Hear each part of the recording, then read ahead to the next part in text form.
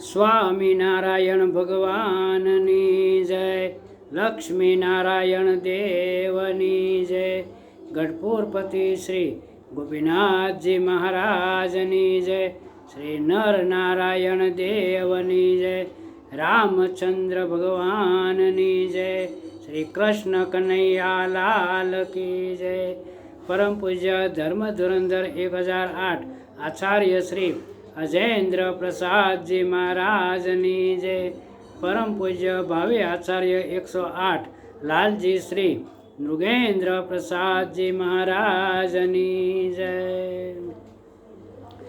લક્ષ્મીનારાયણ દેવ દેશના સ્વામિનારાયણ સંપ્રદાયમાં દેવ પક્ષના સાધુઓએ તો સાધુતા એક કોરે મૂકી દીધી છે ને જેમ ફાવે તેમ વર્તન કરવા માંડ્યા છે. બોડી બામણનું ખેતર હોય એમ સમજીને સ્વામિનારાયણ સંપ્રદાયને વેર વિખેર કરવા માંડ્યા છે. અનેક પ્રકારના કૌભાંડો કરી આ દુનિયામાં ભગોવી ચર્ચાને ચગડોળે ચડાવ્યો છે. ખીરના રખોપા બિલાડાઓ કરી રહ્યા છે. આ ખીરના રખોપા બિલાડાઓ કરી રહ્યા છે. શું આવા બિલાડાઓને હાંકી કાઢવા સ્વામિનારાયણ સંપ્રદાયમાં કોઈ સહજાનંદી સિંહો છે ખરા?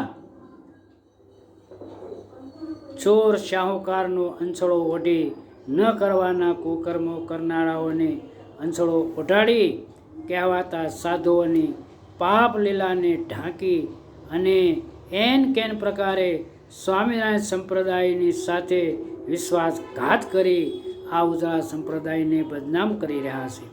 આવા ખોટા શાહુકારીના અંછળાઓ ઓઢનારા કહેવાતા સાધુઓના અંછળા ખેંચી બે નકાબ કરવાવાળા આ સ્વામિનારાયણ સંપ્રદાયમાં કોઈ છે ખરું? આવા ન કરવાના કૃત્યો કરનારાઓમાં કંડારીના ઘનશ્યામ સ્વામી વડતાલ જેવા પવિત્ર ધામમાં એક સાધુ વડતાલની જ પરિણતાને લઈ ભાગી ગયા. જૂનાગઢના સાધુની ઓડિયો કેસેટ એક સ્ત્રી સાથે અભદ્ર વાણી વિલાસ કરતા સાંભળવા મળ્યા. અને હાલ ગઢપુરમાં ઘણા સમયથી દેવ પક્ષના હરજીવન સ્વામીએ ગોપીનાથજી મહારાજના મંદિરમાં સોનાનો વેપાર કરતા પકડાઈ ગયા અને તો આંધળા ડેંડાને બે બાજુ મોઢા હોય છે. આંધળા ડેંડાઓને બે બાજુ મોઢા હોય છે તેમ બીજા મોઢેથી બોલ્યા કે કોઈ ઠગારો ઠગી ગયો. હવે ઠગારો ઠગી ગયો કે તમે અમને ઠગી રહ્યા છો કાંઈ ખબર નથી પડતી. અરે હરજીવન સ્વામી, તમે શું સોનાના વેપારી છો કે મંદિરમાં સોનું વેચવાની પેઢી ચલાવો છો? અને આને પૂછવાવાળું કોઈ છે ખરું? આ બધું શું ચાલી રહ્યું છે કંઈ સમજ નથી પડતી. બે શર્મને પણ શર્મ આવે અને સાધુતાને અભરાઈએ ચડાવી અને બહેનોનો છસ્ક્રિયાનો વિડીયો વાયરલ કર્યો. આવા કુકર્મો કરવા છતાં કોઈએ આની સામે પગલાં લીધા છે ખરા?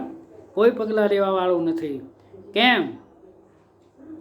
ગઢપુરના કોઠારમાં રહેતા એક ભક્તના ખાતામાં ભક્તોના દાનના રૂપિયા નાખી બીજાના ખાતામાં ટ્રાન્ઝેક્શન કરાવી લાખો રૂપિયાની ઉચ્છાપત કરી છતાં કોઈ સત્સંગી ગ્રસ્ત ભક્તોની આંખ ઉઘડતી નથી કે આ શું ચાલી રહ્યું છે.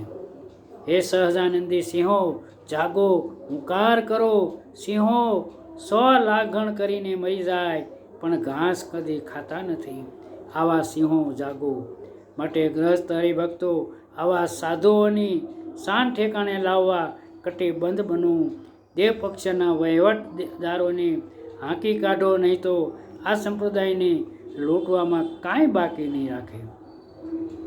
વડતાલ ધામમાં સાધુઓએ પોતાના પ્રાઇવેટ બંગલાઓ બનાવ્યા છે.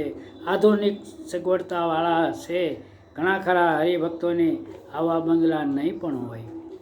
તો આવા બંગલાવાળા સાધુઓને પૂછો કે તમે તો ત્યાગી છો, તો બંગલા બનાવવાના રૂપિયા ક્યાંથી આવ્યા? આવા બંગલા સાધુઓને ઓળખો. આવા સાધુઓ નહીં કહે પણ બધાએ સમજી જવાનું છે કે મંદિરના રૂપિયામાંથી આવા બંગલાઓ બનાવ્યા છે. આવા કહેવાતા સાધુઓ સામે કોઈ પગલાં લેવાવાળા છે ખરા કે પૂછવાવાળા છે ખરા? કોઈ નહીં. સૌ હરિભક્તો ગ્રહસ્થો જાગો. આવા વહીવટ કરવાવાળાને ગઢપુરમાં ચૂંટણી આવી રહી છે તો ગળામાં કંઠી છે તે પકડીને મહારાજની સાક્ષીએ વિચાર કરી પોતે પોતાનો મત સત્ય સિદ્ધાંતવાળાને આપજો ને દેવ પક્ષના વહીવટદારને ગીતાંજલિ આપી અને હાંકી કાઢવા તૈયાર થજો. આવા સહમત થાજો અને મહારાજ રાજી થશે. સાચા સત્સંગીઓનું કર્તવ્ય નિભાવજો. સ્વામિનારાયણ ભગવાન બહુ રાજી થઈ છે. સર્વ સંતો, સાચા સંતો અને સાચા હરિભક્તો સહજાનંદી સિંહોની કોટી કોટી વંદન. જય સ્વામિનારાયણ. આ વાત પર વિચાર કરજો અને ભગવાનને યાદ કરી અને આપનો મત ક્યાં આપવો એ આપ પોતે નક્કી કરજો. ભગવાન સિવાય કોઈ જોવાવાળું છે જ નહીં. તમે બીજે આપશો તોય ભગવાન જોશે અને સત્યને માર્ગે આપશો તોય પણ ભગવાન જોશે. માટે ભગવાન જોવે એ યાદ રાખી અને મતદાન કરજો. ભગવાન સૌને સદબુદ્ધિ આપે. ભગવાન સત્યને માર્ગે ચાલવાની શક્તિ અને હિંમત આપે. સૌ ભક્તોને જય સ્વામિનારાયણ.